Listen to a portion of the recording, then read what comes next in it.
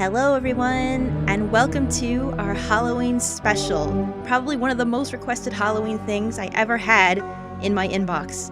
Everyone's been waiting for the third technical game in the Chzo Mythos series, Trilby's Notes. Oh my gosh, I'm so excited. And I have with me CDI Games, also known as Brad, one of my mods for my Twitch streams, and the maker of my fine pixel art. Say hello. Hello. Hello. Are you ready? I will go. Yeah. Okay, so Brad's played this before. I only know the lore behind the game. However, I've never actually mechanically played it, so I'm scared. This is the scariest one in the whole series, by far. It's gonna stick with you for a while. Oh crap! I'm ready. Are you ready? Well, yes. Okay, I believe this takes place 4 years after 5 Days a Stranger. Yeah. The house burning down. All right, let's do it. I don't need a tutorial. The following documents are taken from the handwritten notes of Trilby, an STP field operative whose real name was oh my god, again with the fast text. Game over. Okay, well, thanks for joining us. Yep. You lose. Oh no! It's because I didn't read it fast enough. Shit. Oh sure, that stayed on the screen forever. That was what I thought as I stood and watched Defoe Manor collapse into flaming ash. Again, the end of 5 Days Stranger. The ordeal was over. Those 5 days cost us all so much. Philip and AJ paid with their lives.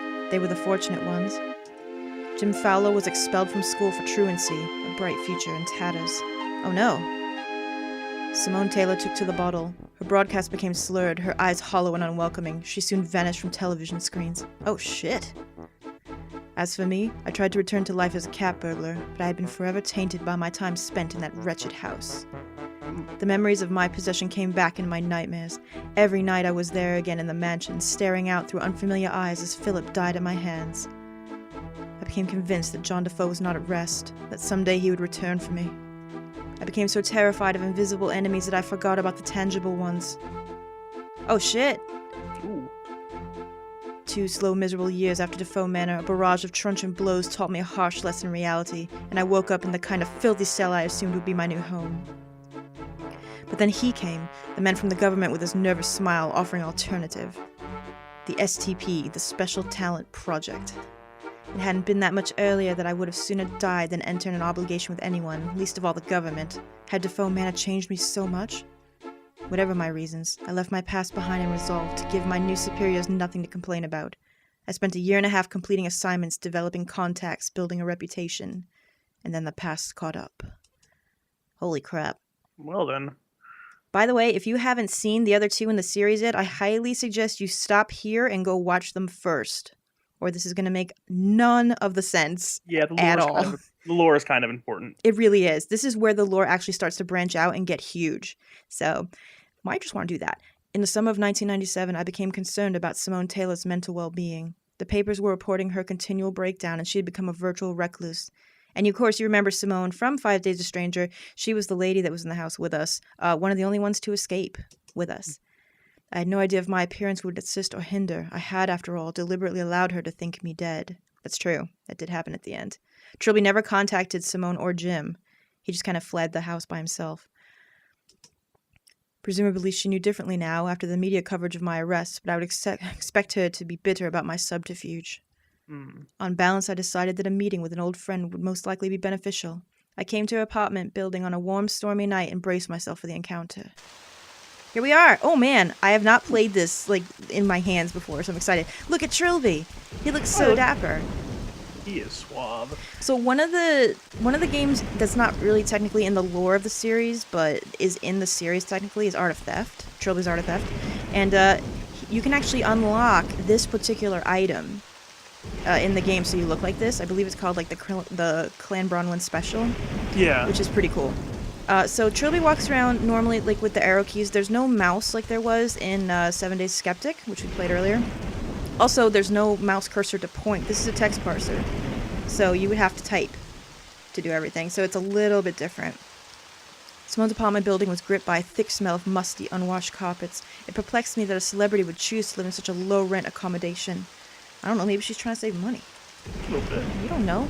I had no business with Simone's neighbor. Oh, fine. Oh. Whoops. So like I said, I know the lore. I don't know the mechanics of what I should be doing here. Brad knows. He's gonna laugh at my fear. Maybe. I knocked sharply on Simone's door. Hello? Okay. Hello? Receiving no reply, I knocked again, louder. Okay, this is not great. Maybe she's not home. Maybe? Still no response. The doorman had assured me Simone was in. I decided it was time to enter by my own methods. How do we do that? Wait, how do we get up our... Lower an apartment with the doorman? Yeah, how does that work? Well, it is England. Yeah, true. Maybe that's it. Okay, I think we have... Yeah, tab is the inventory screen. So we have lock picks. That's it. So I guess... Is that okay? Are we going to pick her lock, really? You're a cat burglar? We were. Till we got accosted by the government. Ah, shit. A reason that Simone could have been in trouble, and even if she wasn't, then at worst I was only playing to my reputation. I spent a few minutes feverishly picking the lock, then let myself in. Oh my god. Hello? A little dark? Yes. I don't like the... Oh god, you can see... Oh, there you are. I don't like the dark. I don't like the dark at all. Look. We're not gonna see shit. Simone's bedroom light refused to turn on. I stood in pitch darkness, the intermediate flashes of lightning preventing my eyes from adjusting. Can we feel? I reached out like a blind man using touch to navigate, but groped only empty space. Shit. Ugh. Oh my god, where the hell? Oh my god, okay. What? You're right there, okay. I see my legs, I think. Hey. What is this over here? I discovered a blind hanging down over the window. Okay. Okay. How do I... Oh god, I've lost myself. You're right there. Still there. Oh, here, I'm in front of the window? Yeah, you're in front of the window. There was something on the floor that I couldn't quite identify. I don't like this. I don't like this one bit. Alright, let's... Oh god, I don't want to open the blinds. Something's in here. Might have to. But Brad! Yep, you gotta... Maybe? I pulled open the blind. Okay. Oh god, okay. Okay. Here we are. Oh god! Shit! But? Oh no. You okay there? It's her, isn't it? Are we too late? Look, body. The body on the floor was undoubtedly Simone. I felt for a pulse and my hands came away stained with long, cooled blood. My fingers traced the outline of a large wound in her torso, slashed by a big weapon, wielded by a big assailant. No way! What the? Oh no! I called for an ambulance, as futile as it would be, and left before they arrived. Due to me being a clear murder suspect, I was relieved from duty for the week it took for the Ministry of Occultism to inspect the flat and confirm supernatural activity. My superiors simultaneously apologized and assigned me to investigate if there was a connection to the Defoe Manor incident. Merely reading these 3 words, capitalized on the front of a loose-leaf file, brought the nightmares back with more intensity than ever. Sure enough, a field agent reported that looters had discovered and sold several artifacts from the mansion, including the wooden idol that housed John Defoe's soul. Oh, great. To my surprise, no murders had been reported or committed by anyone who had come in contact with the accursed trinket. I did not find this reassuring. I quickly advised James Fowler to go into hiding.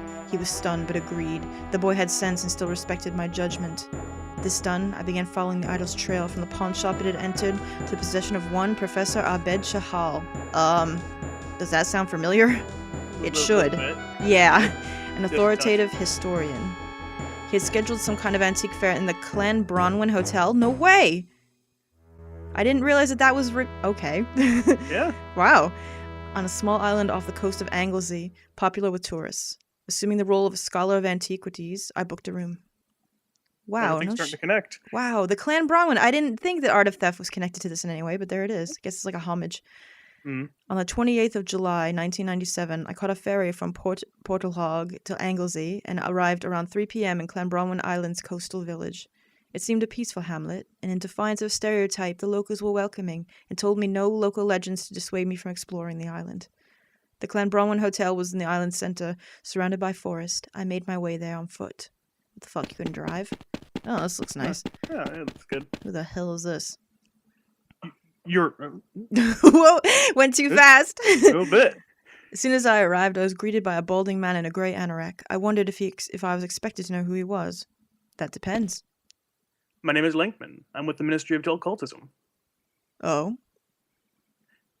Thought the ministry were clear on the fact that I was handling this on my own? Maybe there are still people who don't trust you, Mr. Trilby. Whatever. What? I haven't stolen anything since I joined the STP. Your colorful past is not what concerns my superiors. If it hasn't gone unnoticed that your history with the Defoe brain influenced your influences you Oh my god. I'm sure resist it, but it could still cause you to act irrationally, disobey orders. This is the best font. Everyone just feels a little safer with someone else on the ground. What? That's bullshit. I see. You can rest assured that I will endeavor to maintain absolute professionalism on this assignment. Nevertheless, I have my orders. What a jackass. I would suggest we keep out of each other's way, then, and pursue separate investigations. You go ahead. Go ahead with your sweater. I'm sure I don't want to get mixed up in a reunion. You go ahead and talk to Mr. Rogers, who obviously dressed you. I watched him disappear around the corner of the building. I very much doubted that Linkman and I would become friends. Trilby doesn't have any friends. No. Doesn't need them. The Clanbrahman Hotel lobby was a warm welcome. The building was certainly well maintained, and yet there was something about it that nagged at the back of my mind, quickening my pulse. I dismissed the sensation, an act which, in retrospect, I would come to regret. Great. Foreshadowing. A little bit. Good evening, Terence Railby. I have a reservation. Yeah, right. No one's going to fall for that. Ah, yes, you're here for the antique fair. We put you in room 3C on the 3rd floor if you'd just like to sign the check-in book. This is all happening in England. This is why I'm giving you the crappy England accent. The hell is this? Hello, Bethan. Just letting you know I'll be having my dinner in the room today. That's absolutely fine, Professor. This, I decided, was what they called a golden opportunity. Professor Chahal? Yes? I'm afraid you have me at a disadvantage. Railby, Terence Railby. We met at Sotheby's a few months ago. You liar. Oh, you don't remember me. No, of course I do. Terry Railby, how have you been? The astute reader had already guessed that both Terence Railby and the previous meeting were utter fiction. Yes, we did. Thank you. I had spent some time studying Chahal's movements and habits. He was, by all accounts, absent-minded, and that was something I could use. In case you're wondering, yes, this is obviously the same last name as the Captain Chahal in 7 Days Skeptic. So this is obviously his ancestor. I'm well, thanks. I was hoping I'd run into you. I've heard interesting things about the items you're showcasing here. You remember I do freelance scouting for some wealthy collectors? Yes? Well, a client of mine has expressed an interest in relics from Defoe Manor in Buckinghamshire. He's been on my back for a while about it. Between you and me, he seems pretty obsessed. What remained of Professor Chahal's suspicion melted away from his expression as the opportunity to make money entered the conversation. Well, I'm sure you wouldn't want to damage your professional status. Of course not. Would you like me to come into my room for drinks? Whoa, you coming on to me? Oh, I don't want to impose. No imposition at all. Please, follow me. Okay. Your room key, Mr. Railby. Ah, thank you. Stop shouting. Please lead the way, Professor. If I don't laugh about this now, I'm probably going to scream later. Whoa, that was weird. A bed? Who's your friend? Oh, let me introduce you. This is my personal assistant, Seoban. She accompanies me on most of my excursions. Seoban, this is Mr. Railby, an old acquaintance. He's looking for information about the Defoe Manor artifacts. Oh, really? Him and half the people we meet. What is it about that place? Never underestimate the attraction of a mystery, my dear. Please take a seat, Terry. I'll be right with you. Okay. Kind of a young girl to be hanging out with your old ass, ain't it? Well, whatever. I'm not going to judge. So, interested in ghost stories? The girl struck me as a forceful personality. I gave the matter some thought before replying. Not really. I'm just scouting on behalf of a client, like I told the professor. You know, it's strange to see someone as young as you in the antiques trade. And to come to think of it, I only thought old men dressed like that. You should have seen the guy outside. No offense meant. None taken. I didn't catch your last name. It's O'Malley. Siobhan O'Malley. I couldn't be more Irish if I tried, could it? It's Siobhan, I think, is how you say it, actually, in Ireland. Sorry to keep you waiting, dear boy. Now then, what shall we talk about? He He sat down in an instant. He was just ready to sit. Ask about, let's see, what should we ask him about? Ask about hotel. Do they know anything about it? I was talking to excuse me? Oh, you might have to ask somebody in particular. Oh, do we have to be like, ask a bed about hotel? Yeah, maybe? Have you been staying here long? Nah, just arrived yesterday.